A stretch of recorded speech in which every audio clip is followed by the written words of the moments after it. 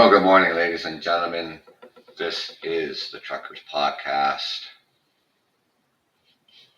FYI, conversations without barriers.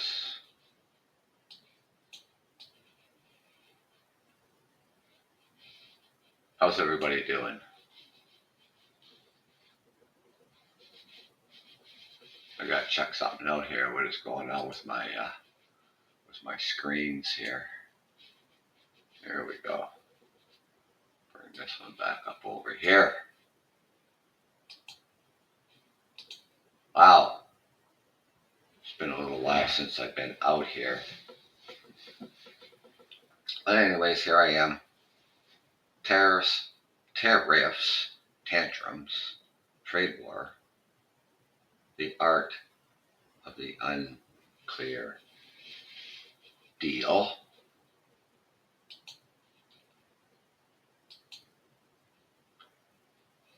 And what does that actually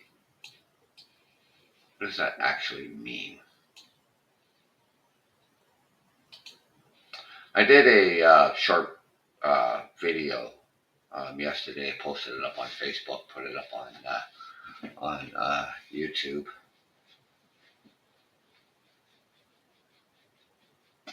Tariffs, tantrums, trade wars, the art of the unclear deal. Trump has placed tariffs on approximately 27 countries, claiming other countries treat America bad when it comes to trade. Trump promises to respond with reciprocal tariffs as though other countries do not have the right to retaliate. And he demands respect. Trump's recent tariff policies have stirred up quite a storm.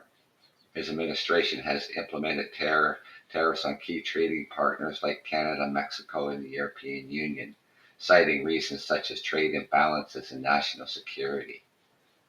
And for instance, there's a 25% tariff on all steel and aluminum imports from all countries.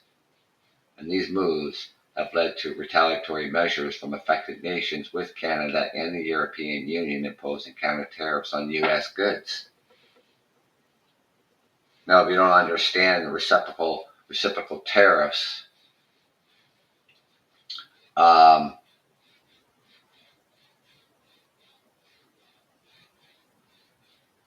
is the idea that these are matching the rates imposed by other countries.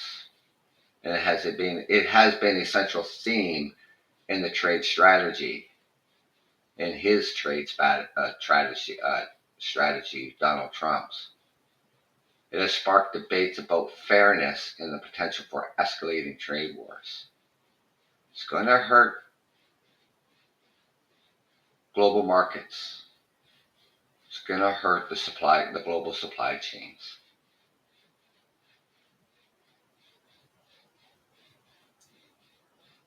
Inciting inflation.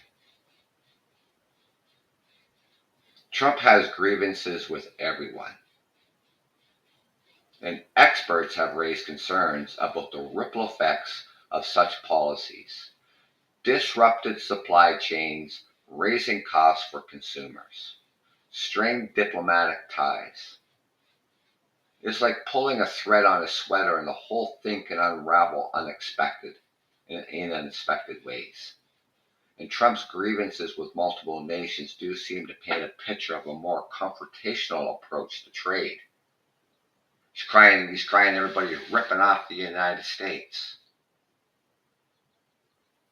You know, his claims about subsidizing Canada in the tune of $200 billion to $250 million is false. It's not subsidizing Canada with anything. He's got this obsession with Canada. Wanting to make it the 51st state. He talks about this artificial line that, he said someone decades ago drew this with a ruler. The borders were defined centuries ago, not decades ago. Nobody came along with a ruler and put the ruler down in the sand, ran their finger along the ruler, and created the borders.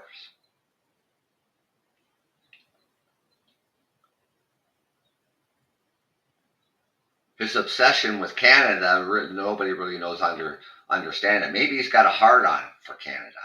Maybe he wants to go to the 49th parallel and go to this imaginary line that he talks about and starts humping it. Maybe he's got a sexual fantasy with the border. I have no idea.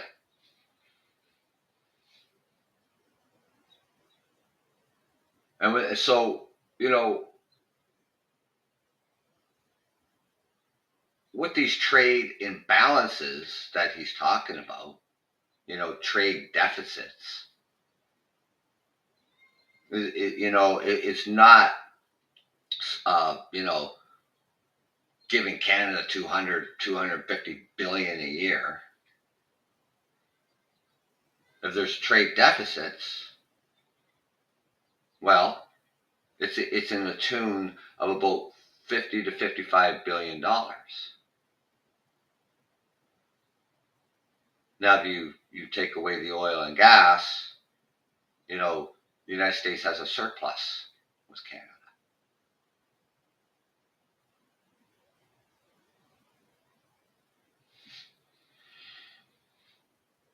His obsession, in his claims, and you probably heard it, well, we don't need anything from Canada. Well, we don't need their lumber. We don't need their oil. We don't need their gas.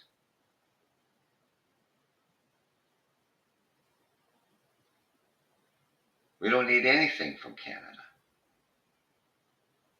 Or apparently you do.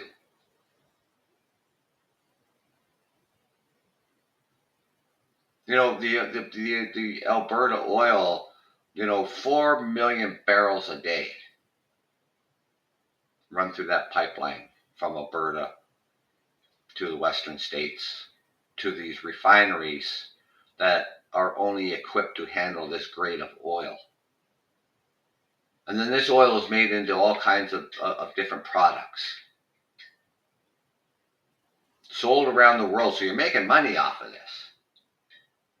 And even some of these products that are made out of this oil sold back to Canada. You're getting it dirt cheap.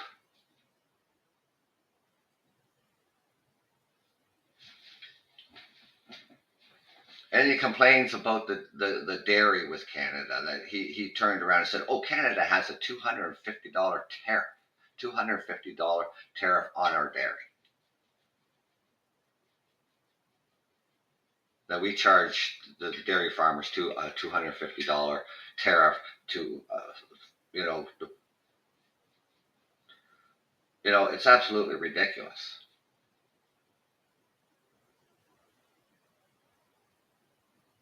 What he's talking about, that there is a threshold, and the American dairy farmers haven't hit that threshold, so there's no $250 tariff on U.S. dairy products.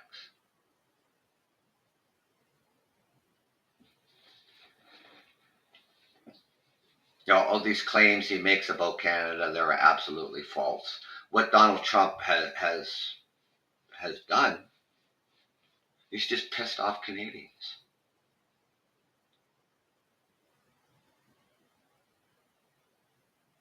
If Americans, you live by the border of Canada and the United States, like Detroit, Port Huron,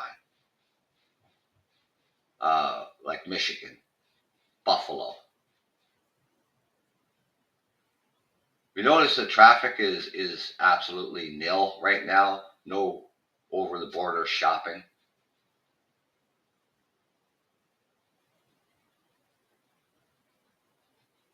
Canadians from across the country are canceling their trips to the United States for vacations. Here in Ontario, last week was spring break.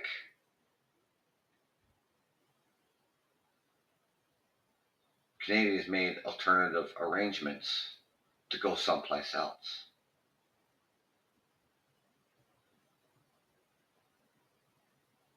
Your tourism industry, you know, if you lose 10% of travel, 20% of travel, we're talking a couple $1 billion in the industry.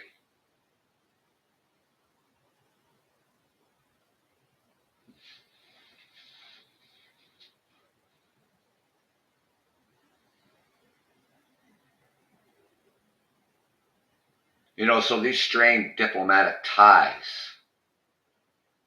and his grievances with multiple nations do seem to paint a picture of a more confrontational approach to trade. It is a high stakes gamble, and the outcomes could reshape global trade dynamics for years to come.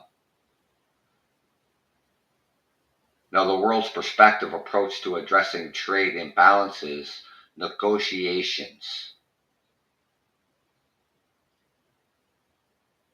not tariffs. It's a more collaborative approach that could foster stronger long-term relationships between nations. Now, Donald Trump is, like, Canadians aren't pissed off at the American people.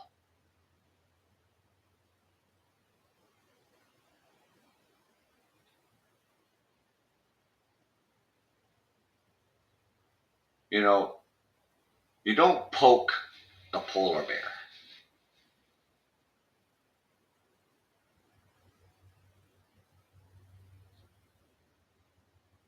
Because the polar bear is going to retaliate.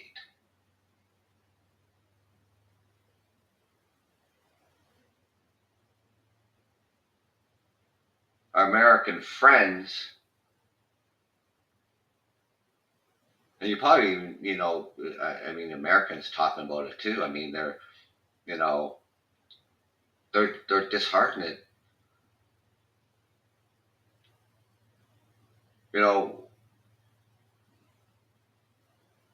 With what is going on.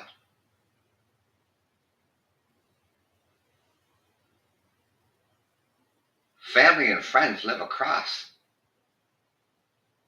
the two borders.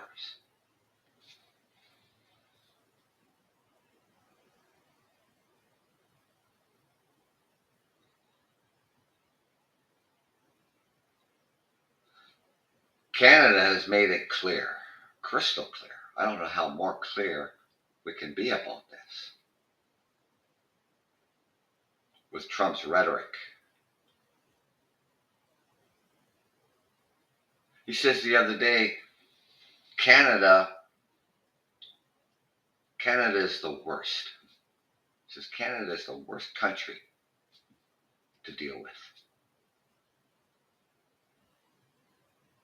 He tells you that we cheat and we lie.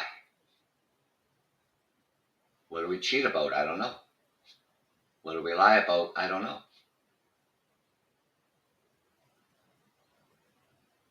Do we cheat on the trade agreement that we have between the United States, Canada, and Mexico? No, we're not the ones who apparently is, basically ripped up the trade deal by placing tariffs on your biggest trading partner, your closest ally.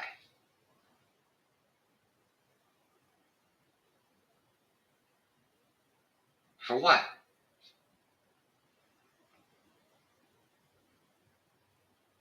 We're left here scratching our heads, thinking, what the hell?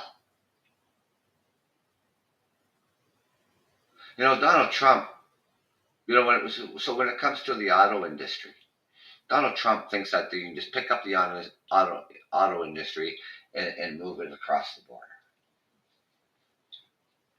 That's what he thinks. Ford, Chrysler, GM, it would cost them billions of dollars to do that. It would take a decade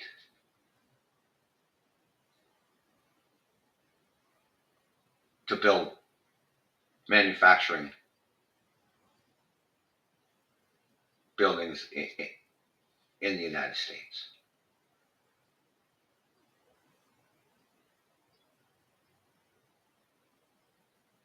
The auto sector, how it's interconnected and why they did this back in the 60s, because it was beneficial for both sides to keep the cost down.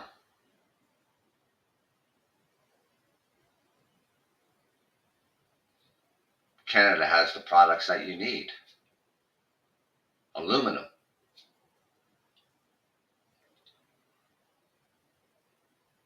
steel.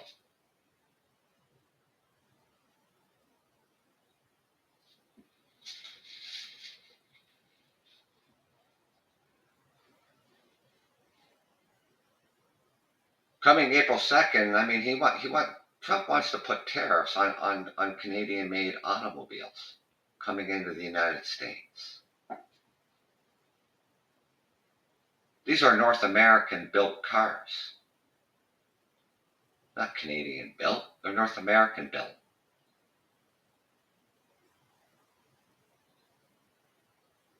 American and Canadian parts go into these cars. Every single one of them.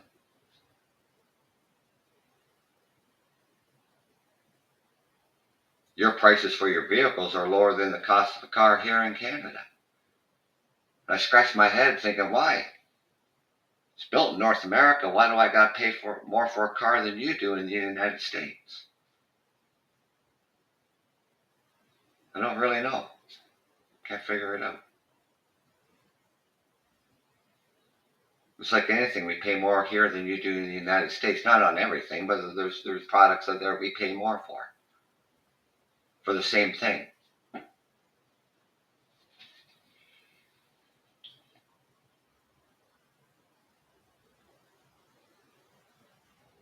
So, the world's prospective approach to address trade imbalances is negotiations.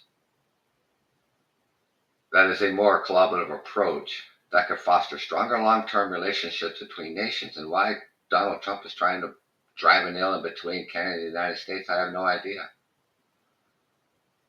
Negotiations allow for open dialogue, addressing grievances without the heavy-handed tactics of tariffs. Tariffs that often come with unintended consequences.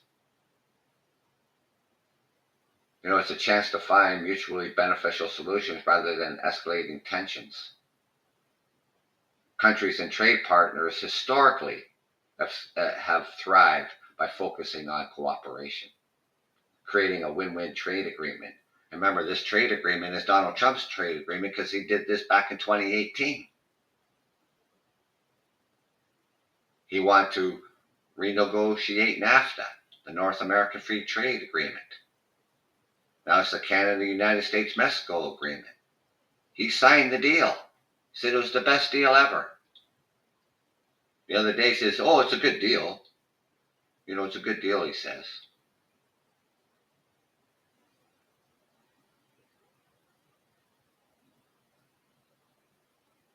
No one can figure out what his problem is.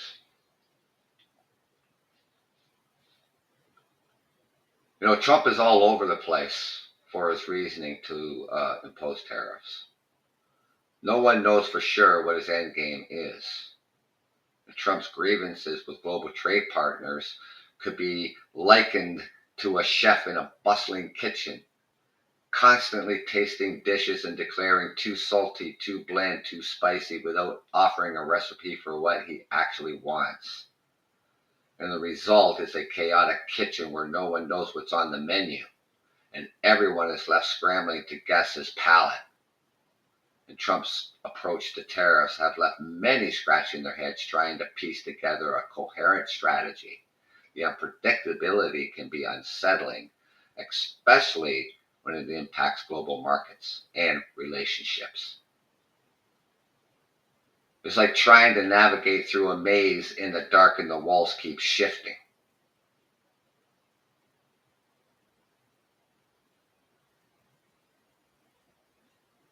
The world deserves an explanation to what it is he wants. Trump's clarity is in short supply. A well-defined strategy and clear communication go a long way in easing tensions and providing direction. And without that, it's like trying to solve a puzzle with missing pieces. Frustrating for everyone. And when the world leaders push back for answers, we get the same rhetoric.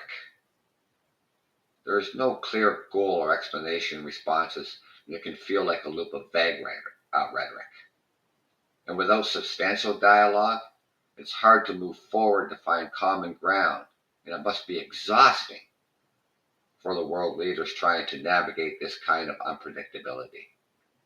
Lack of strategy altogether, it's a reactive rather than a proactive approach, creating more confusion than constructive outcomes. And a lack of strategy can result in missed opportunities to build trust, meaningful negotiations, without that clear plan. It's like sailing without a compass, drifting aimlessly. Without clarity, Trump is being unclear about what it is he wants to achieve. It's like navigating with a weather vane in a hurricane. And as the world holds its collective breath, waiting for clarity, the art of negotiations remains, well, abstract.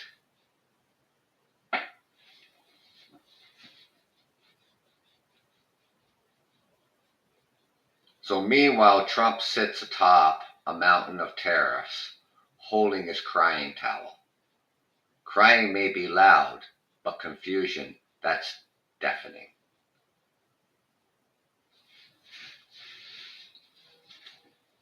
You know, Canada, we're going to be heading into a federal election. Prime Minister Mark Carney, he has to call a federal election. He doesn't hold a seat in the House of Commons.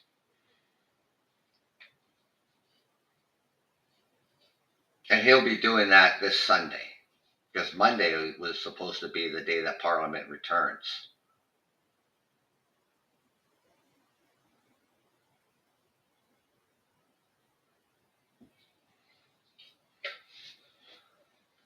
It's a pivotal point here for Canada. Trudeau, Justin Trudeau, he resigned. The Liberal Party voted in the new leader who's become Prime Minister. Canadians will be voting who will be leading Canada into the future.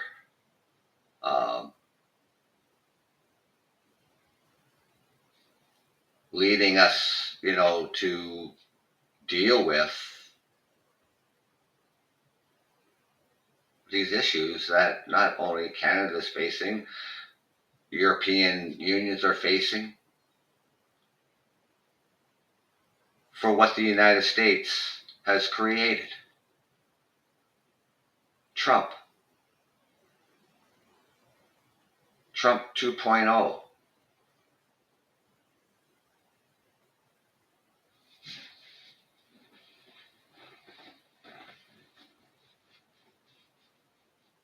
Republicans and Democrats are going to feel the pain.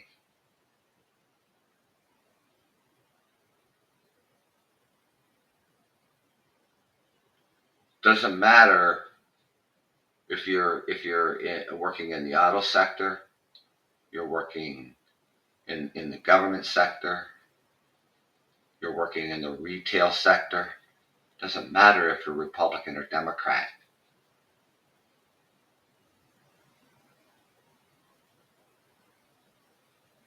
you're going to feel the economic pain.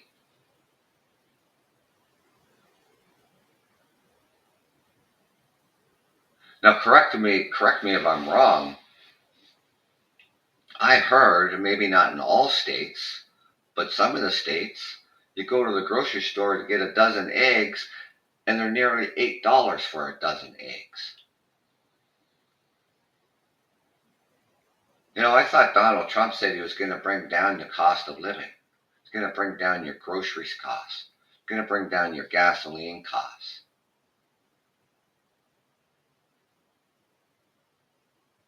On the first day, he told you he was going to do that.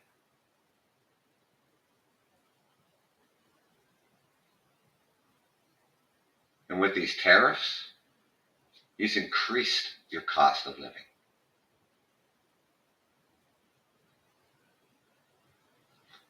He tries to tell people day in and day out that the tariffs that he imposed on another country is that that country pays that tariff. And that is not the case. The importer pays that tariff. And that cost gets passed on to you. It's the same thing here. We impose tariffs on the United States, which we have. The United States doesn't pay that tariff. The Canadian importers pay that tariff, and that cost gets passed on to the consumers.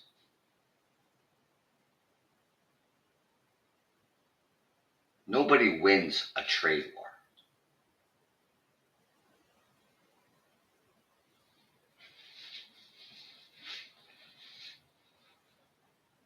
So there's elections that are coming up here in Canada.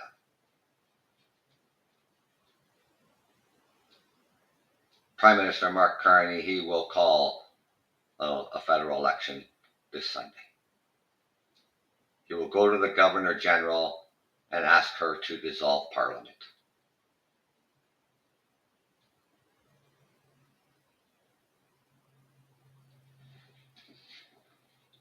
The other day, Donald Trump turns around and he says, he was being interviewed on Fox News, his faithful news agency, because all the other news agencies, according to Trump, are all fake news.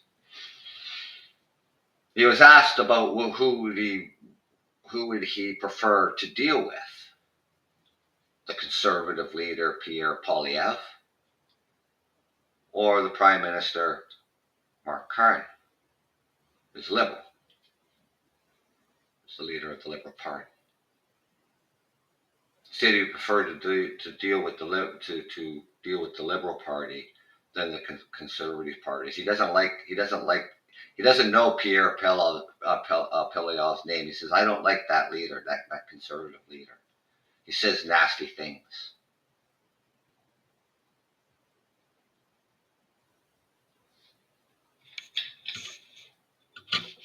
Pierre Poilievre is in line, with Donald Trump's rhetoric. He refers, Pierre Poilievre, the leader of the Conservative Party in the federal government, says Canada is broken.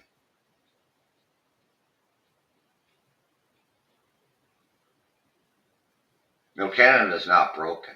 The last couple months, the beginning when Donald Trump first started with these tariffs and everything, Justin Trudeau was prime minister at the time, head of the Liberal Party, and he rallied Canadians together. Premiers across 10 provinces and 3 territories, standing as one.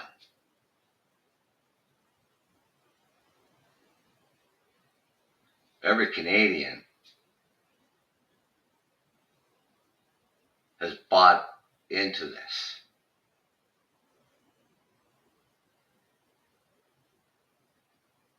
Because the Liberal Party has led the way. Not the Conservative Party. I haven't heard anything from Pierre Poilievre, the leader of the Conservative Party, or Jagmeet Singh, the leader of the NDP party.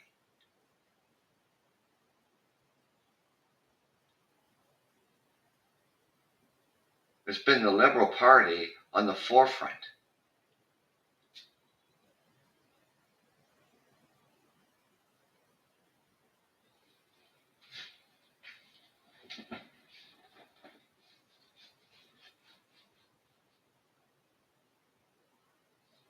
You know,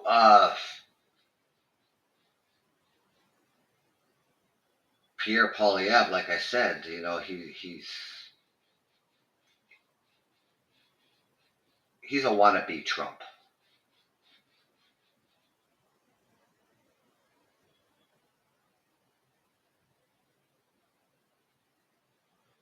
He doesn't have a direction where he wants to take Canada into. Well, he does. He would sell Canada out to Donald Trump in a heartbeat.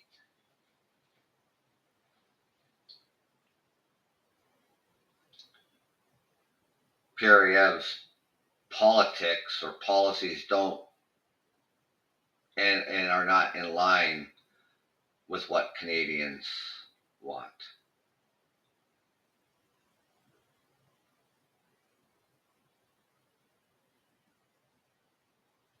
You know, Pierre Poilievre, he was against the $10 a day childcare. He was against raising the minimum wage.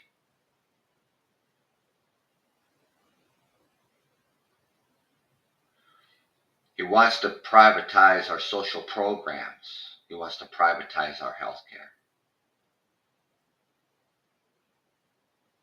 That's his stance.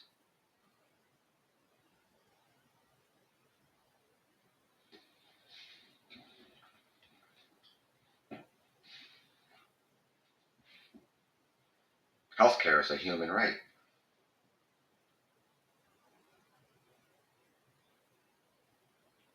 Our social programs help people.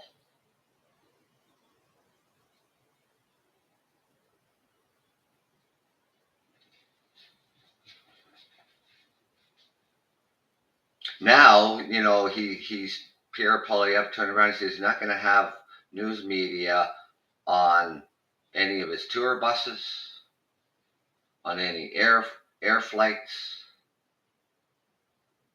He'll take questions periodically throughout his campaign with the media. So what are you hiding, Pierre Poilievre?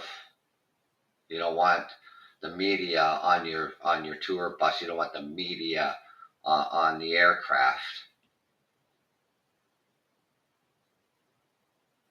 He doesn't want to face those hardline questions while he's traveling around the country doing this campaign. The NDP are, you know, they're going to have media on their tour bus. They're going to have media on the aircraft. So is the Liberal leader. So is the Prime Minister. They got nothing to hide. You know, so that's the kind of thing Donald Trump would do. Oh, he'd bring one news media outlet.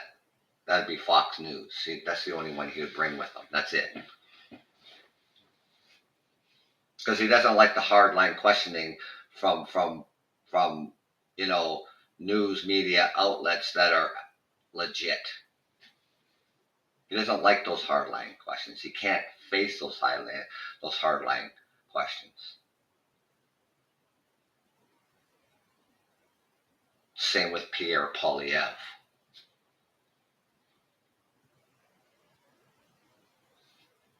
They're two of the same. Just one is American and one's Canadian. I don't go for rhetoric politics. I don't go for that bullshit. You can't divide me.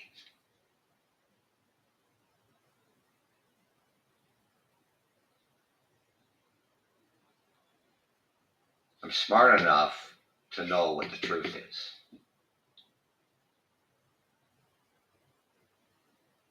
I know when somebody is lying or dishonest or spreading misinformation and disinformation. I know the difference between the two.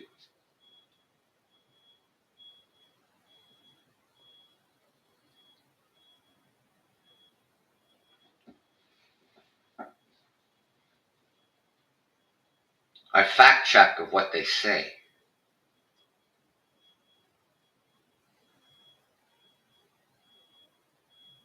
I don't get led astray because someone just says something.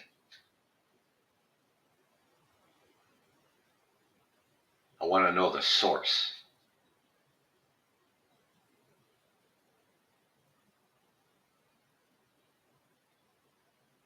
See, because misinformation is when it starts. See, it starts with the whole story. But as that story goes down the line, pieces start missing of that story. It's not deliberate. Disinformation, on the other hand, is deliberate. And it causes harm.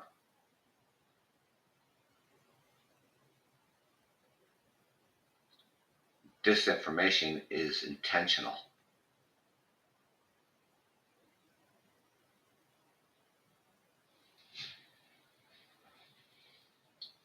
As Donald Trump spreads disinformation on a daily basis.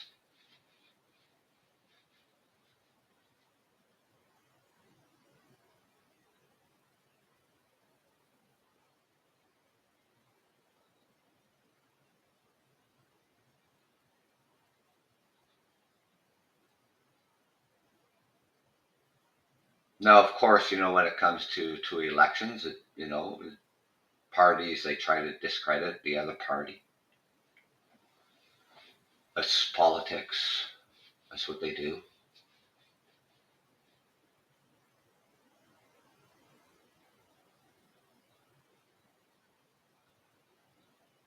We're in this situation now. I mean, I didn't, like we were going to have a federal election this year, regardless whether Trudeau stepped down or not. That election wouldn't be until the fall. So because we have a change of guard,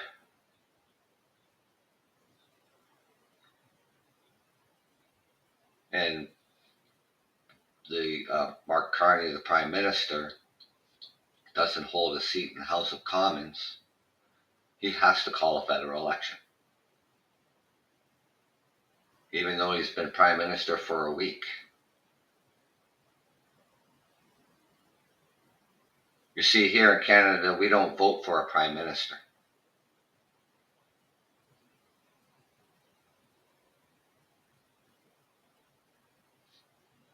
When we go to the polls,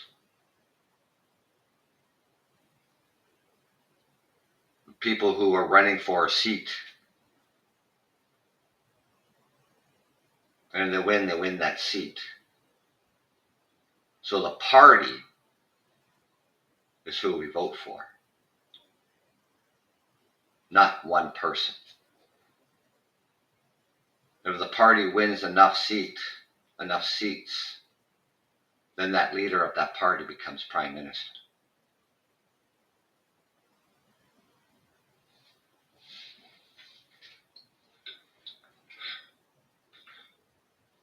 Nobody can run for Prime Minister in Canada.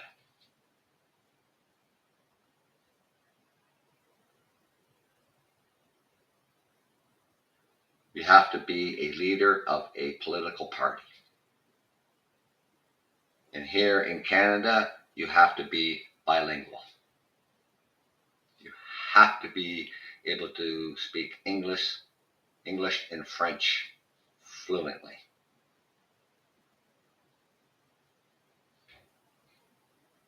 And of course, you have to be Canadian.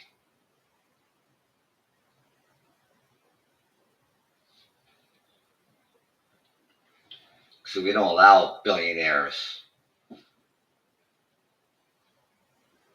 to run the country, to be prime minister.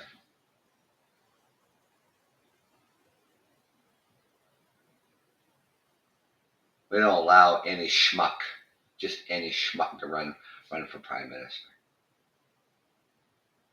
like you do in the United States. Hell, if Elon Musk was running for president of the United States, you'd vote for him. You know, he'd be happy to be on the podium and give the Nazi salute. You saw that. The whole world saw that.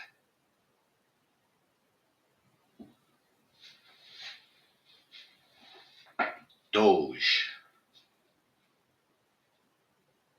the Department of Destruction.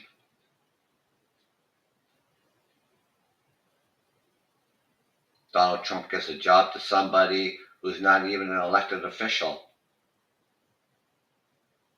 firing everybody.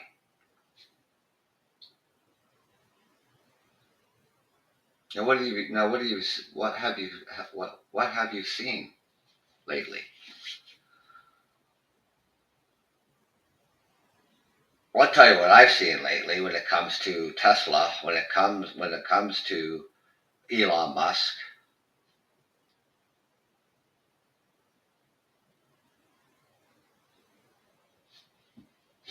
People are vandalizing Teslas.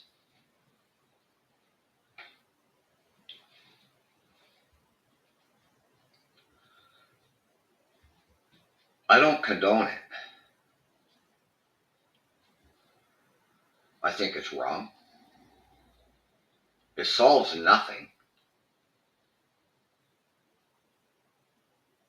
You know, in Vancouver, British Columbia, they have the auto trade show going on there, and Tesla was going to be part of it. And they were asked to withdraw, but the premier of British Columbia did the withdrawal for them. So there's no Tesla at the auto show in Vancouver, British Columbia, you know, for safety and security reasons, because of what's been happening with these Tesla vehicles. Right here in my own city of London, Ontario, someone damaged and torched a Tesla.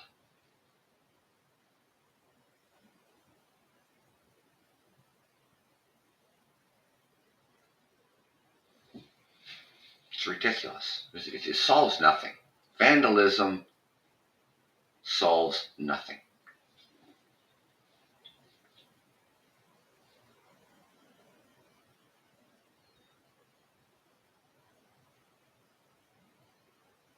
That's somebody's property. You'll vandalize somebody's property for what? Doesn't accomplish anything.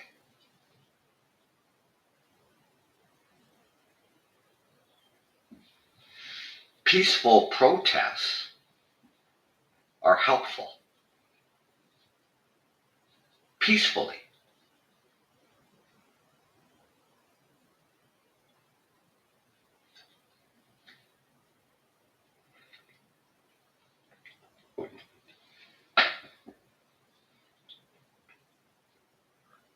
See, the world can't do much about Donald Trump or Elon Musk, but the American people can.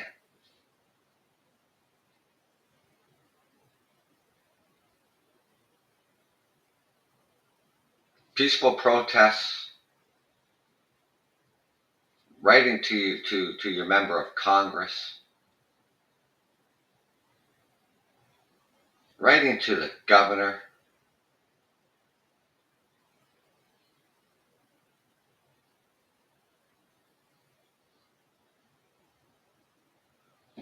What's surprising too to me is that it's not all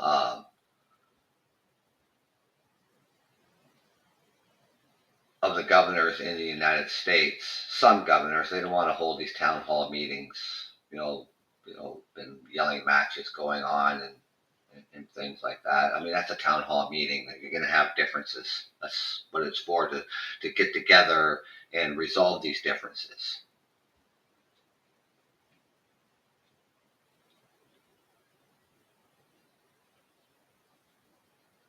I don't think all Republicans agree on what Donald Trump is doing. They're just not stepping up and saying anything.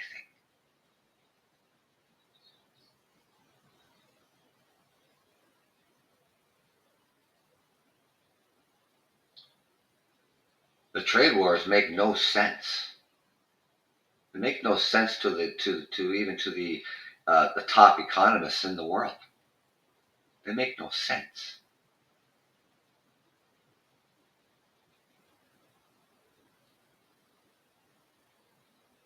Donald Trump thinks, these taxes that, the American importers have to pay is going to make America's, billions of dollars.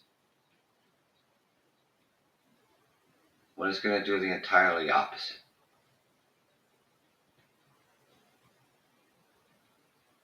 Because when the importer has to pay that 25% tariff, they're going to buy less.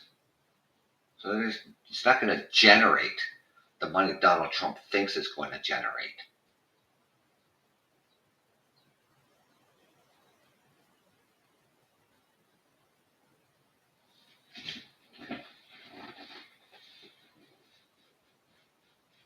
Even Donald Trump says he believes that the tariffs that he imposed on other nations is that the other nation pays that tariff.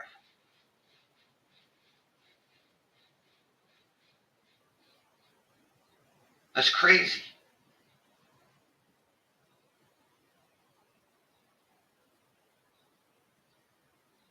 just I don't know, what is it? Another week, another couple weeks or something like that. I don't know. April 2nd, supposed to impose reciprocal tariffs on countries that have imposed tariffs on the United States, as though that other countries, don't have the right to do that. Well, the United States can just impose tariffs on everybody else, and nobody else can do that. Doesn't help anything. It doesn't help resolve anything. Tit for tat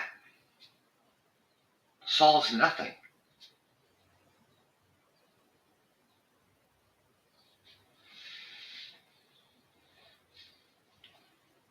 It hurts the people. And it hurts the businesses.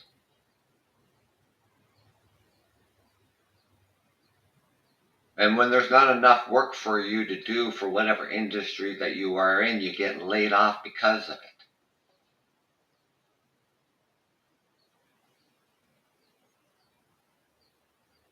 And you think you're struggling now. A lot of Americans and a lot of Canadians are living paycheck to paycheck.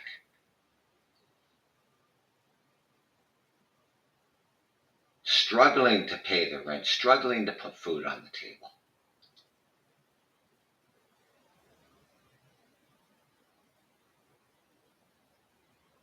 And if you don't, if you don't have enough money,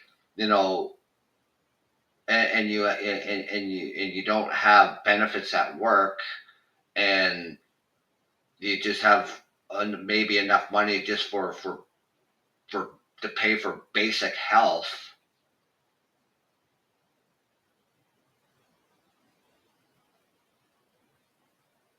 or not even that. You have to skip appointments because you can't afford the copay to see your doctor.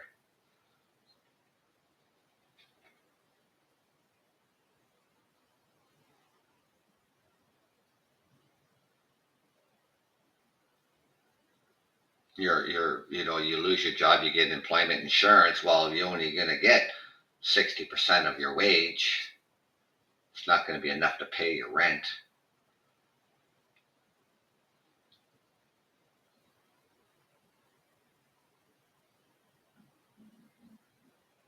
You saw the markets continually to plummet. That's not a good sign.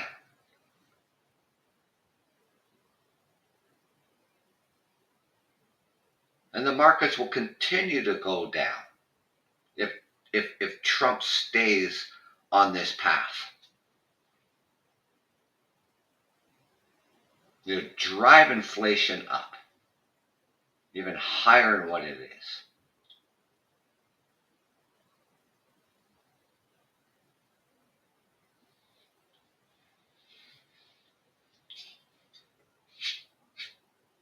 I don't think this is what the American people voted for, whether you're Democrat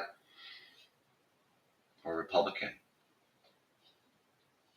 You voted uh, uh, for Trump because he told you he was going to lower your grocery bills. He's going to lower inflation.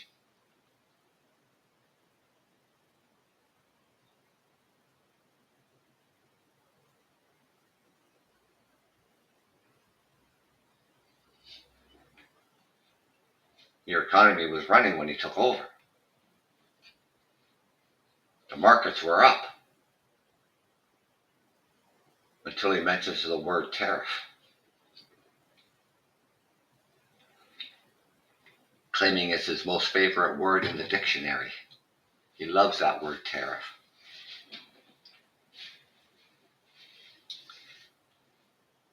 Nobody loves that word.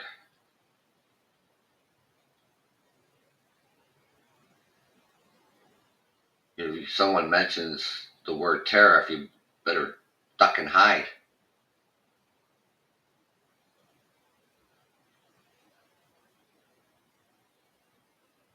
Should be right up there with the F word.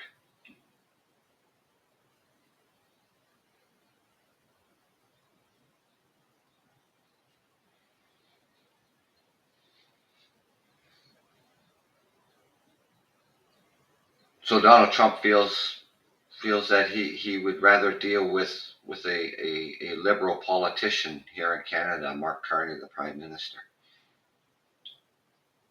who, by the way, was one of the top economists in the world. He was the CEO of the Bank of Canada. He was the CEO of the bank in the United Kingdom, European Union.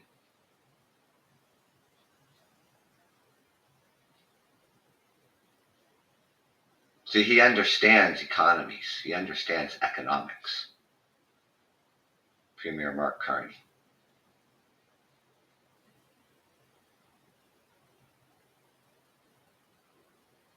How does Trump compare up to that? He doesn't. Because he doesn't understand one-on-one economics.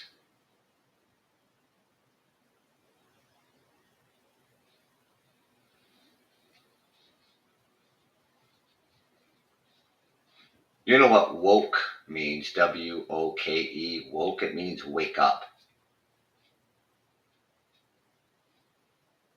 Wake up. America needs to wake up. American people, you need to wake up. You got scammed. You got scammed so goddamn bad, it's not even funny.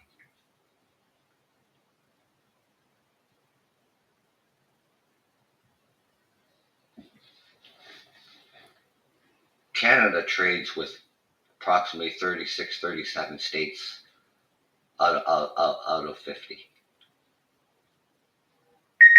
And great trading partners with these states.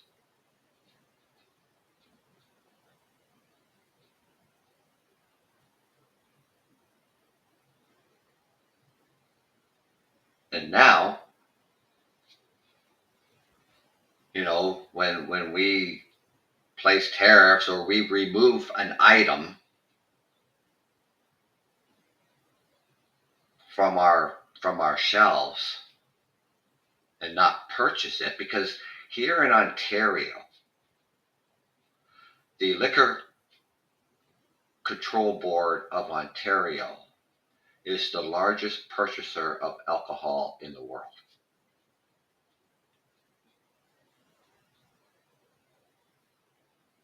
And we have removed all American alcohol off our store shelves.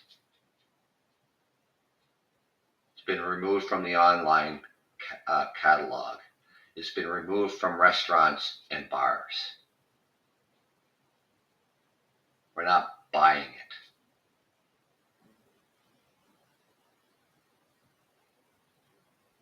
We're your biggest market for alcohol. What does that tell you?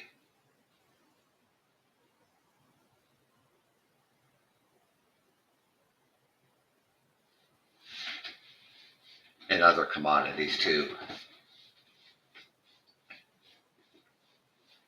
Canadians have made it very clear, and I don't know how more clear we have to be, that we are not going to travel to the United States, that we are not going to do over the border shopping.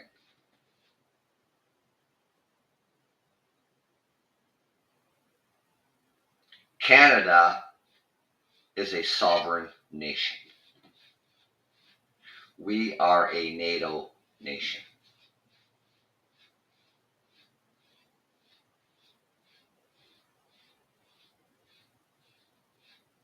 Trump can't make Canada 51st anything. Period. And the more he goes on about that, the more pissed off we get here in the true North, strong and free.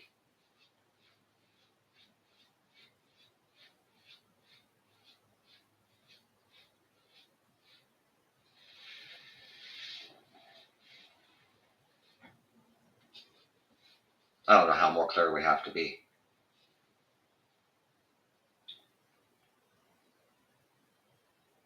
I don't know how more we have to be clear about that. What part of that does Trump not get? I don't know.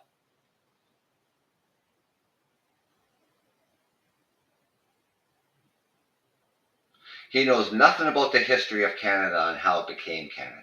He has no clue. No clue at all. How it came about back in the 16th century with the French.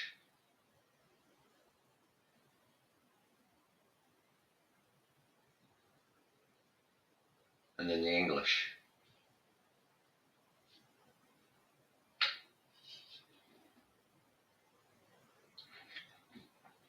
The treaty, 1906. Treaties of the late 1800s, 1875. He has no clue. Absolutely none. I mean, do Americans actually study history?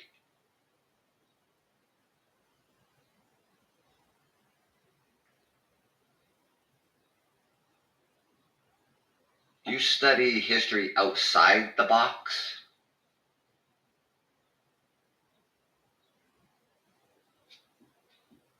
Because Canada studies history outside the box.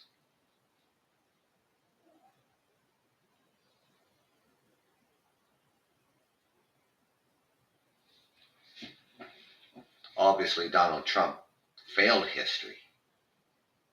Obviously, Donald Trump failed economics. Doesn't know what the hell he's talking about.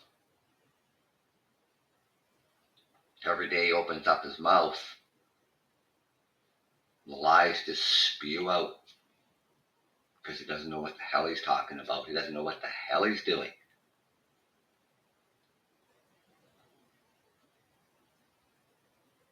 running wild, going unchecked.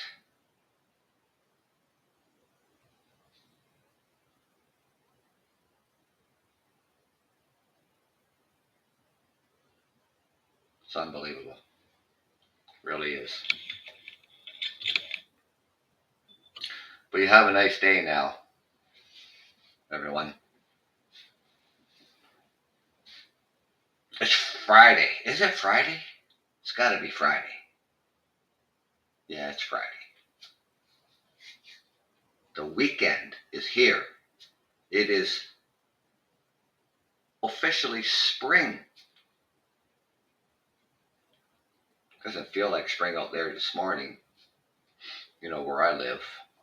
There's no snow right now. Except for parking lots, like the big shopping mall parking, there's still some mounds of snow and stuff like that, but there's no snow basically, you know, on the streets or anything like that. That's all gone. But it is a really cool morning this morning, and typical for this time of season anyways, early spring, only the second day of spring.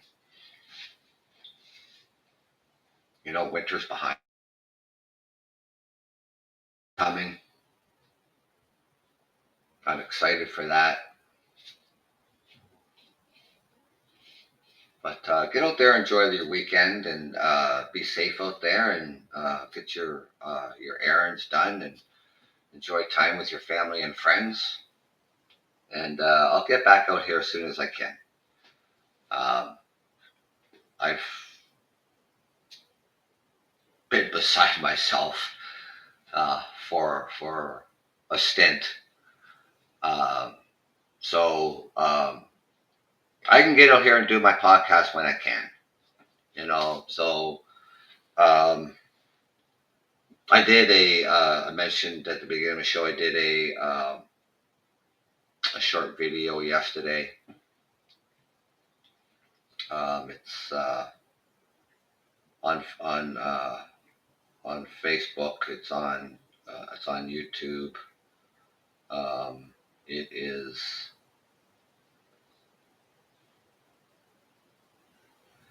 is called Canoes.